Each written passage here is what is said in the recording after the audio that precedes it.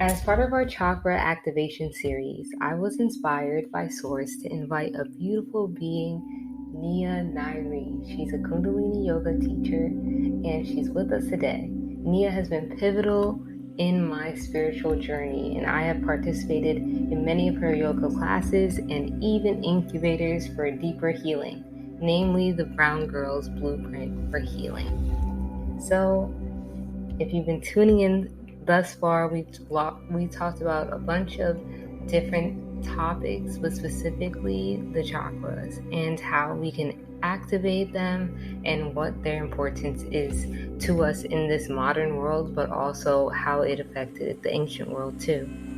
And regarding this is why Kundalini is just so important, and it coincides with the chakras. And that's why I was like, hey, let's bring on an expert. So Nia, can you introduce yourself and why you're here on this earth realm? What's your mission? So my mission is to serve man's highest good. That's the first thing. And I wouldn't say that I'm an expert in Kundalini, but I would say that I've practiced for some time. I've been teaching for some time, and I've seen the evolution of me, and I've watched the evolution of my students and the people that I work with. So pretty much that's it. I think Kundalini Yoga is it definitely is, it is a different form of yoga. It initially comes from the Raj Yoga, which was taught in India in about 8th century, could be earlier, but Kundalini Yoga is a tantric form of yoga. So it's really about being aware of what's going on. A lot of the yogas that you generally see, and I'm making a generalization, are Western based. So it's a lot of, you see this person in spandex pants and she's stretching, or she's saying, namaste or whatever. Kundalini Yoga is a yoga that came from the ancients. So it was only taught to the royal families. It was something, and it's based on kriyas, which are the physical exercises, which are the recipes for a particular thing that you're looking for. So it's a recipe. So meaning you follow this recipe, you do these postures, and you'll get this result. So if you don't follow the recipe, you'll get a different result. Just like when you make cake, if you put salt instead of sugar, you're still going to get a cake, but you're not going to get a cake that may taste the way you want it. So you have the kriyas, you have the mantras, which are the word sounds, which are like almost verbal, I can say verbal spells loosely, to create something, to evoke something. And then you have the hand gestures, which evoke another energy. And we have the meditation, and we have the breath work, which helps the body and the mind connect. So Kundalini Yoga is all about that. But the main thing of Kundalini Yoga is to break those patterns of behavior, those cyclical patterns, those negative patterns, those patterns of thought. So it really gets into the body. It really gets into the mind through the body. So we work through the body to change the mind, right? And so that's why after doing 9 years of doing hot yoga, Bikram yoga, I walked into my first Kundalini yoga class, and I never looked back, because I felt such a shift. I felt such a release emotionally, spiritually from that one class. And Kundalini yoga is said to be the yoga that speeds up everything. So if you take one class versus one vinyasa regular class, it's like taking months of vinyasa class you can get from one Kundalini yoga class. Wow. So Kundalini yoga will evoke things from you, will release those negative patterns, those negative those blockages, right, that you have in your body from whatever human experience, trauma specifically, any human experience that you've had that is now locked into the body, because the body is the museum and it holds everything. So Kundalini Yoga helps clear those blockages. So that's an emotional experience, but it's worth it, right? To evolve, right? Yes. So in India, back in the days, if you saw someone that was a Kundalini yogi and you were a local person, you would beg them to say, just give me one Kriya to do. Now we have hundreds of Kriyas to do, which are the set of postures. If you found one Kriya and that yogi gave you that Kriya, they would practice that Kriya for the rest of their lives. It was such a coveted form of yoga because it's so transformative. And so the royals was like, we're not letting everybody else know about that. Like, we have to be able to hold this. But, you know, the teacher brought it to the West in this 1968. And he did it with a whole bunch of, you know, like the hippie movement or whatever you call it. You know, like the peace people. He started with them and brought it here. Now, is he the only one? So there's some controversy about him stealing the information. I don't know, whatever. I'm not even going to get into that, because it's really about how does the yoga make you feel. Yeah. Right. Yeah. And so he brought it to the West, and he's known for bringing it to the West. And so we honor him for that, specifically for bringing it to the West. But yeah, and that was Yogi Bhajan. That was his name. Yeah, he was a Sikh practitioner, I guess, a Sikh person. I guess that's the religion you call it. Yeah. So a lot of Kundalini yogis, teachers are Sikh. I am not, because I take from everything. Every religion, every philosophy that works for me. I feel like when you say, oh, I'm only a Christian, oh, I'm only a Sikh, oh, I'm only a Muslim, oh, I only practice vinyasa, oh, I only do ancestral work, or when you get stuck and you only do one thing and you can't see outside of that, that's for me personally, that's when it's an issue, because information is everywhere. God is everywhere. Information is everywhere. You can get something from a homeless person on the street that could spark and resonate to your soul. So, because divinity is in all life, like in all life, every single life. It's just us who have curated like this idea of separation. And for me, Kundalini Yoga has been a way to like bridge that separation that I've been programmed to think about and like create. And so thinking that I'm not separate from God, I'm actually, God flows through me. Absolutely. And so it's a whole different feeling, and it really empowers you, and like you want to walk this earth because you know you're an extension of source. Like it's just a beautiful concept. And it's like, wow, like it would really change how people view themselves, but also other people also. So that's why Kundalini is just a powerful resource. Right. I love it. Yeah. And so how exactly does the Kundalini spinal energy affect the chakras? Like when you're going from the root all the way to the crown, like what are some, can you teach us a Kriya or say a Kriya? Oh, can I would say one of the best Kriyas to do is Sat Kriya. Okay. And so that would be hard for me to demonstrate it, but pretty much 3 minutes of Sat Kriya, which, you can share the information on where to get that from, would be really good, because that works on the lower chakras. And, you have, which I'm sure you spoke about, you have the lower 3 chakras, and then the midpoint is the heart chakra, Ananata, if I'm saying it right. And then you have the throat chakra, the upper 3 chakras, right? And so the belief is, and I've heard this from different philosophies, if you want to say, is to balance the lower chakras before you get to the higher ones. So Kundalini Yoga focuses a lot on the lower chakras. So Kundalini Yoga is said to be premised on that Kundalini energy that's at the base of the spine, that is dormant, and it's activated through continued use.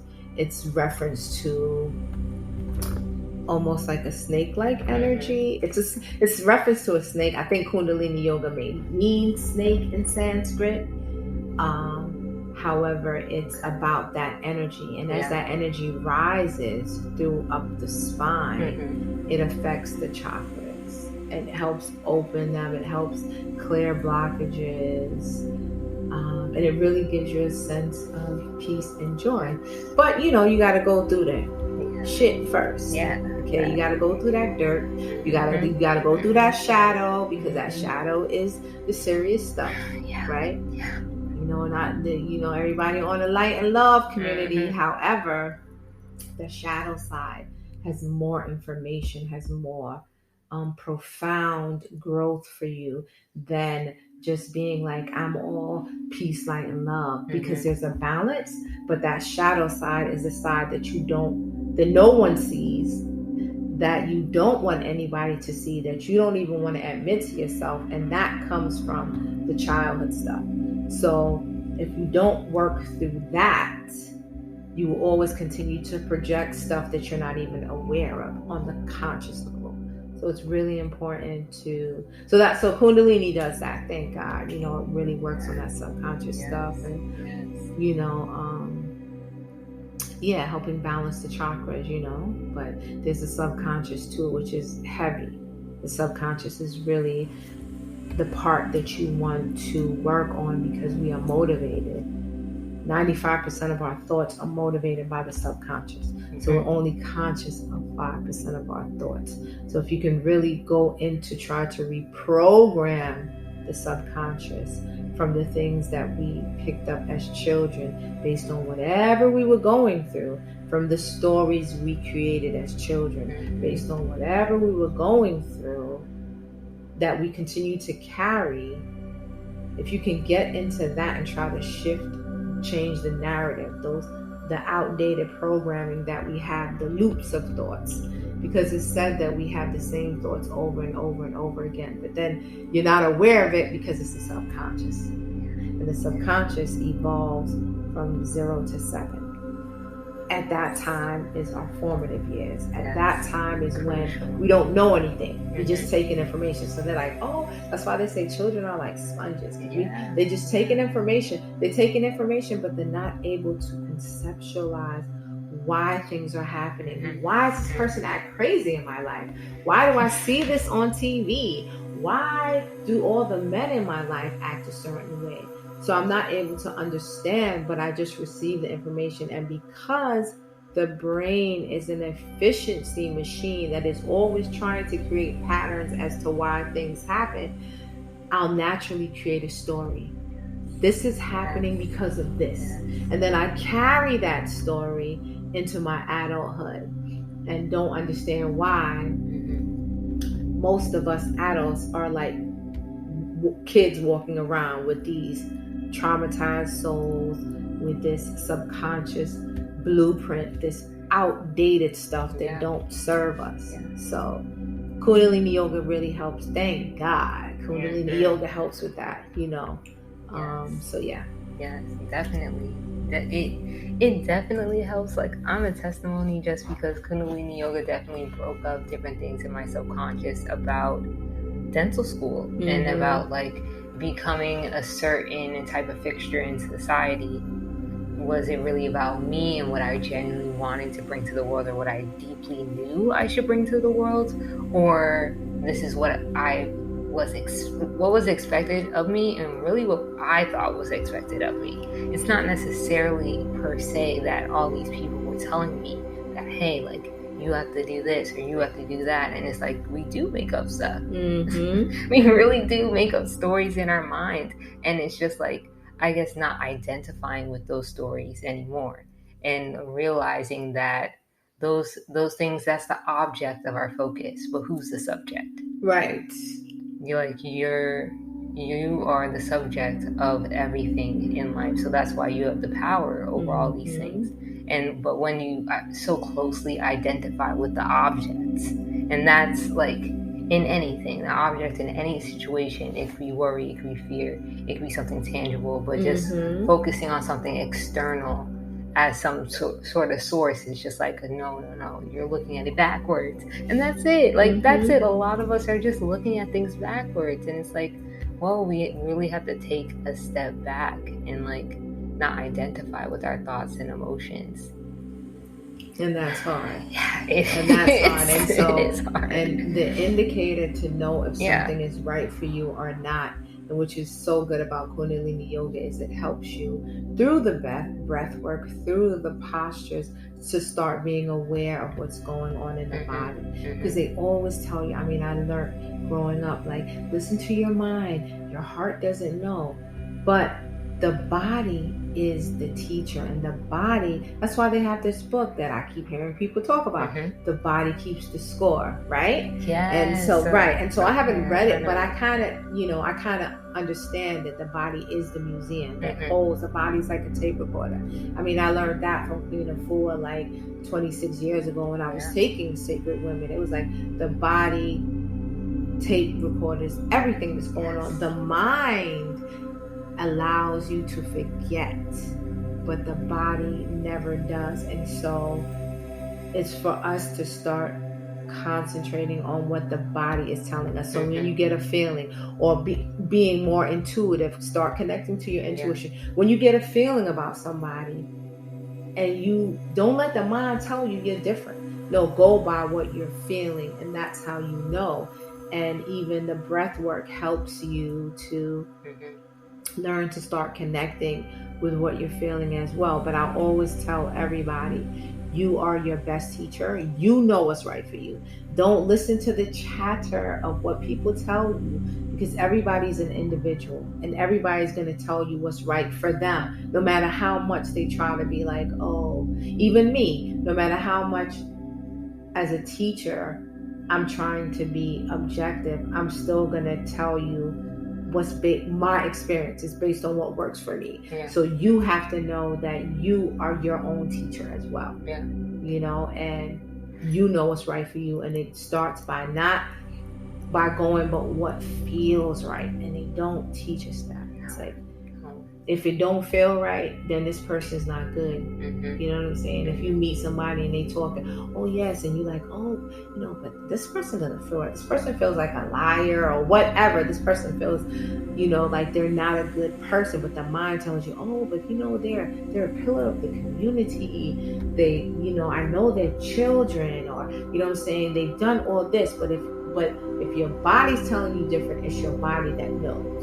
It's your body that knows. So it's really about connecting to that. And you were saying something about emotions and not getting caught up in the emotions. And when we are emotional, the mind shuts off. So we're moving from a skewed perception. So the breath work really helps. And I tell my clients, and in my psychotherapy clients, like, okay, when you're feeling anxiety, just breathe. But at that time, it's hard to stop and breathe because you get into the loop of anxiety. So it's like, I'm on this train and I can't jump off, and I'm having these thoughts. But if you understand that the emotion of anxiety, whatever that feels in your body, takes approximately 90 seconds to go through your body. What keeps it in your body is the loop of thoughts. So if you can be like, I'm having a human experience. I'm tripping. I'm having a human experience, and I don't need to put myself through this. So you know what? I'm gonna hang up the phone. So that's what I tell them. I'll be like, hang up the phone on the thought. End it, because you can end it. But if you continue on that loop, it's gonna take you places, that monkey mind. So and we all suffer with that because we're humans. So acknowledging that you are a human and you're having a human experience, but this is not serving you, and getting out of it. And the more you continue to practice, the breath work, the mind will start shifting, the body will start shifting, the brain will start shifting. So, yeah. Yes, that Kundalini is so powerful. So powerful. Like, wow. And I even learned more from speaking with you. Mm-hmm. Like, yes. And so I have 2 more questions. So with Kundalini Yoga as a yogi, how do you bridge that knowledge of thought with your psychotherapy experience in order to like help create these blueprints and talk to other women about this Kundalini work? Oh my God, I don't know. It just It happens. naturally, It's just natural. Mm-hmm. So, I mean, there was a time when I, because I have colleagues that are, doing clinical psychotherapy, and they've been telling me for 20 years, Mm-hmm. you should do this, you should do this. I'm like, no.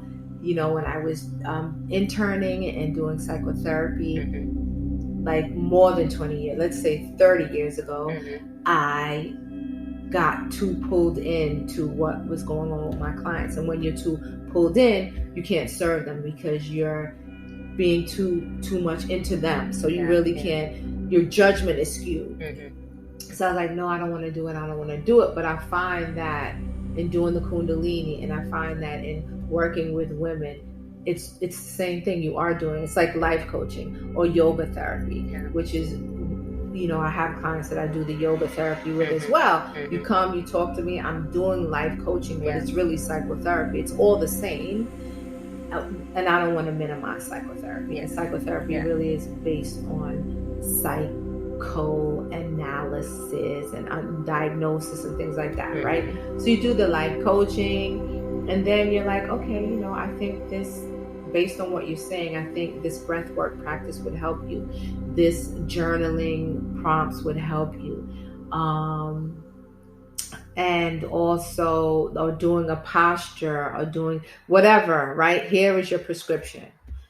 Take this, and that will work for you. And that's the yoga therapy. And with the psychotherapy, I incorporate the breath work. I incorporate the meditation as well. So it's all the same. It's just, it happens to have meshed in together. And I think in this time and in times to come, that energy healing, yoga kind of things, and bridging the gap between this psychoanalytic perspective versus a holism perspective. It's all the same, like I'm studying Carl Jung, and he talks a lot about the darks, the dark side, the shadow, and things like that. And even the Freudian theories, like things like that, which I would be like, oh, that doesn't apply to us people, so whatever. Now I'm starting to see that it all has a basis. Everything is everything. You can't separate anything. So it's like, once again, my thing is take from what works for you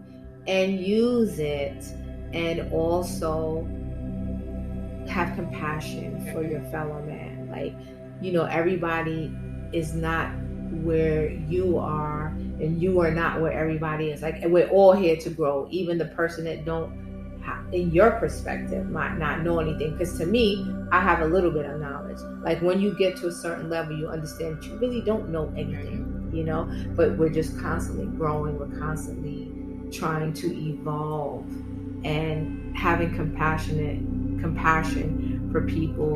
Because if it was you, and it could have been you, if you was born in their body, if you were born to their parents, you would want somebody to have compassion for you as well. So I love that compassion. And wow. And my thing is like, whatever worked for you is, I hear you. It's working for you. Okay, what you want to do that too? I don't do that. This is what I do, but this is what you do. Okay, are you happy? All right, I'm down with it. I did really to work on the judgment, because people try to say that they're non-judgmental, but I don't know anybody that's non-judgmental, because this is how we were raised. When you look at someone down the street, you're like, I wonder, okay, her hair is red, okay, what's going on with her? You have these thoughts, and what happens is, to help you not be non-judgmental, you're constantly being aware, like, oh, you know what, I'm judging her right now. You know what I'm saying? I see a picture on Instagram and someone's doing something, automatically I get a thought, because that's how the brain works. Oh, that must be going on with her. And it may not be a negative thought, but it's still judgment. Yeah. So it's like I think that's the greatest thing that me as a person whole is working on, not being judgmental. And how do you do that? And that's very difficult. And basically it's like, let people be. If that's working for them, if they come to you for help, okay, but if it's working for them, you gotta let them be. And you're like, okay, all right, I hear you, all right. That kind of thing, you know. But having the awareness is the first start, you know. Because the people that are very judgmental, you will see the people that are very judgmental are worse self-critics, because it's your own projecting. So if you can talk shit, a whole bunch of stuff, so I don't know if I could curse on here, but whatever. But I'm a guru, I'm a yogi, and I'm a yoga teacher, but I'm also real. And this is the dichotomy that exists with me. So those people are so self-critical. You know what I'm saying? So yeah, it's just, I don't know. Yeah, and I love how you brought that up, because it's like you can't do anything to another that you're not doing simultaneously to yourself. Right. And it's like everyone is a mirror. So because you are pinpointing all these things from somebody else, it's like most often you're pinpointing a lot with yourself. That's why you can see it easily in a person, because it's you and it's your soul resonating with you. So if you can turn the finger back to yourself, and be like, why does what this person does, this really gets on my nerves. Okay, well, how? Well, this person lies all the time. Okay, well, that really annoys me. Okay, well, how are you lying to yourself? If this is someone you're in relation with, well, how are you lying to yourself? Because you may be lying to yourself. You know, and so people in our lives are reflections. And their relationships are our schools, if we allow them to be our schools, you know. And but that starts in the self-analysis, self-inquiry is the key. Blaming is better to bless somebody than blame them. Just bless them and send them on their way before you blame them, because blaming them, you're not getting the lesson. Like my grandmother said, my grandmother's 99, and she's like, if every experience that you have, if you can make that a lesson, no matter what happens, whether it's an experience that is uncomfortable, if you can learn a lesson from that, the experience is worth it. And I think that's what life is. Life is a school. We're in a school, you know, and sometimes you get left back, and that's okay too. But being gentle with yourself and being like, you know what, I had an issue, you know, I was tripping, but you know what, I'm okay about it. I'm okay about it, and I'm gonna move on like that, you know. Yes, giving yourself grace. Yes, grace. I like that. Grace. Yes. Grace. Yes. Wow. On that note, like, it's just been a great time speaking with you, and there has been a lot of different gems, and it's like, take your time, like look into Kundalini Yoga, see if it's a practice that is for you. There's different ways that you can incorporate your self-love, your self-growth, and that's really what everything that I do is about incorporating more self-love into myself, but also into all of you. So Kundalini is something that you can, it's a tool for your toolbox. So just giving you, you know, more tools. Yes. And so Satnam. Yes, Satnam. Let's do a out breath with everyone. Okay. Yes. So actually, you know, which is one of my favorites, and I like to teach this to people, and it's very simple. And I actually have a video coming out. It just has to be edited. Is the calm heart meditation, and that really is helpful for relationships, for partnerships, for workships, for all those family ships. It really helps you to get less commotional, like I like to say, and more grounded, so that when someone does something that annoys you, how are you able to have compassion for them and to move through with clarity and focus. So we start by putting our left hand on the heart center, right? And you always want to be comfortable. So you're holding So you're inhaling, holding, and then you're exhaling the air all the way out. We're only inhaling and exhaling through our nose. And as you exhale the air out, you exhale it out, hold at the bottom briefly, and then inhale, holding as long as you can comfortably, and exhaling. So that is the breath work. The right hand is alongside the shoulder as if you are giving somebody a high five alongside the shoulder or saying pledge allegiance. And you're going to take the index finger and the thumb and bring that together, and the rest of the digits, your fingers, will be standing straight up. So you only hold, so what we call Gyan Mudra. So that is on Mudra. You hold that, then you inhale, hold, and exhale. Shoulders are relaxed, face is relaxed. And we'll do this 3 breaths. So inhale again, holding the breath. And now exhale, nice. Exhaling any stress, anxiety out. And now let's take our last inhalation. Inhaling, inhale light, inhale love. Seeing the heart open and hold. And now exhale. And you can drop your hands and just feel the lightness, feel the energy, feel the openness of your heart. And this is a beautiful thing. You can do it for 3 minutes a day. You can do it whenever you want, but you'll notice it'll help. It'll help. Definitely will. Yes. Are there any last thoughts that you would like to share with us, and also what you're offering our community? Okay, so I have Women in Bloom, which is a women's program. It started out with, I had the Brown Girls Blueprint to Emotional Wellness, which is a 7-week program specifically based on my experiences as a brown girl, the things that I've used, incorporating psychotherapy, incorporating childhood trauma, incorporating yoga, breath work, journaling, which is very powerful. And we have that, which I do once a year. And then we have the Women in Bloom, which I do more than once a year, which is probably like 3 times a year. And that's a program that is also, I've expanded it now, so it's also touching on some of the pieces in the Brown Girls, which is trauma. We talked about the chakras. It talks, and we also do yoga. We do meditation. So for even the chakra, like you're learning about the chakra system, look up chakra meditations, right? Look up the bija seed meditation, because that's really good. So really just doing the life coaching with women.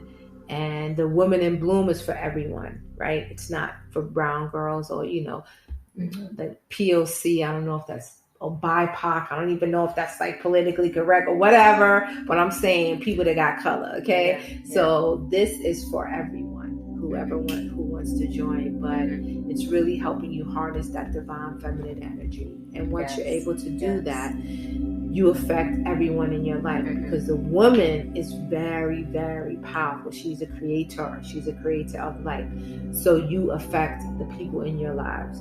So it's like once you're doing your work, it's like you throw a stone in a pond, it has a rippling effect. If you're, that feminine energy is destructive as well. So knowing how to harness that. And so that it's really premised on that. The Women in Bloom. It's a beautiful program. I mean, we have one going on now. It just started on the 27th.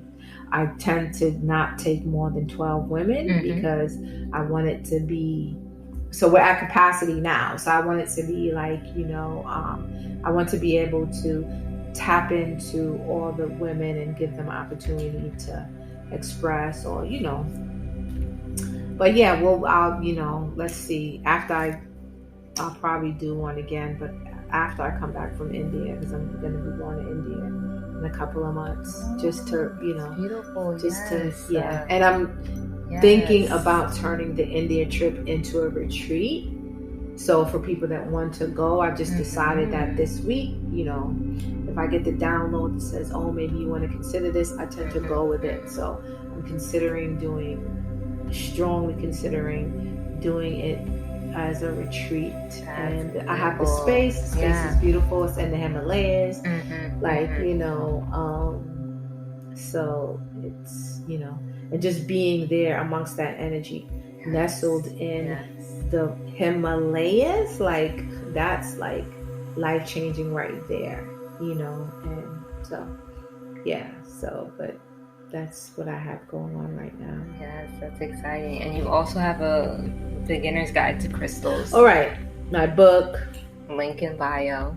Yeah, and I'll so you can check me out on my Instagram because the things are there, which is Crystals and Kundalini 11. So the crystals is with an S, and then in the middle it's an N, and then Kundalini, which is KUNDALINA